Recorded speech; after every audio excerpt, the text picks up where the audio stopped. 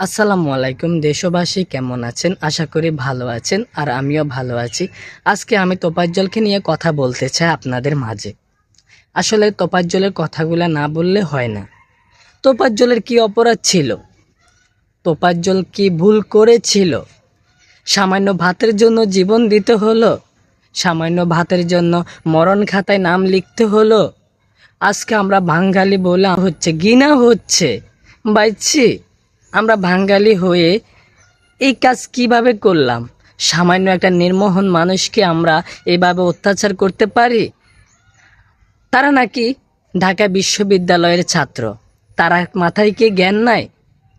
তারা নাকি জ্ঞান অর্জন করেছে। হয়তো আমরা মূর্খ, আমরা পাগল চিনি না, ভালো মানুষ চিনি না। বা একটা সাধারণ শিক্ষিত মানুষ তো ভালো খারাপ চিনতে পারে।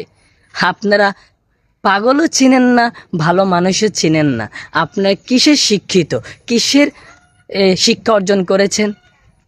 সামান্য একটা ভাইকে এভাবে নির্মোহনভাবে অত্যাচার করেছেন। হয়তো তার মা নাই, তার বাবা নাই, তার ভাই নাই, সবাই দুনিয়া থেকে চলে গিয়েছে। যখন তার মা বাপ দুনিয়া থেকে চলে যায়, আপনারা জানেন তার পৃথিবীতে আর কে আছে?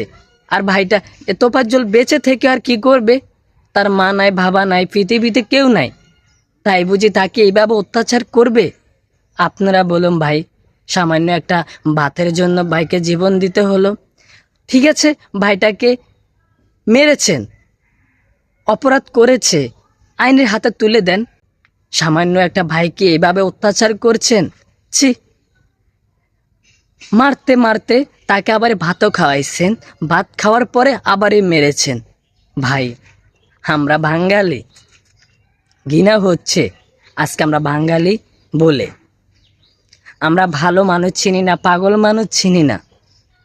আহারে জীবন। তোফাজ্জল আরেকটা ভাই বলেছিল, সাংবাদিক ভাই বলেছিল, আপনি ওনাকে কেন মেরেছেন? বলে ভাই, সে নাকি আবেগে মেরেছে। মানুষ এইভাবে কিভাবে মারতে পারে ভাই? একটা নির্মোহন মানুষকে, সে যদি অপরাধ করে তাকে আইনের হাতে তুলে দেন। সবাই তোফাজ্জলের জন্য দোয়া করবেন, আল্লাহ যেন তোফাজ্জলকে জান্নাতবাসী করুক। ভালো থাকবেন, আসসালামু আলাইকুম। আর ভিডিওটা শেয়ার করে দিবেন।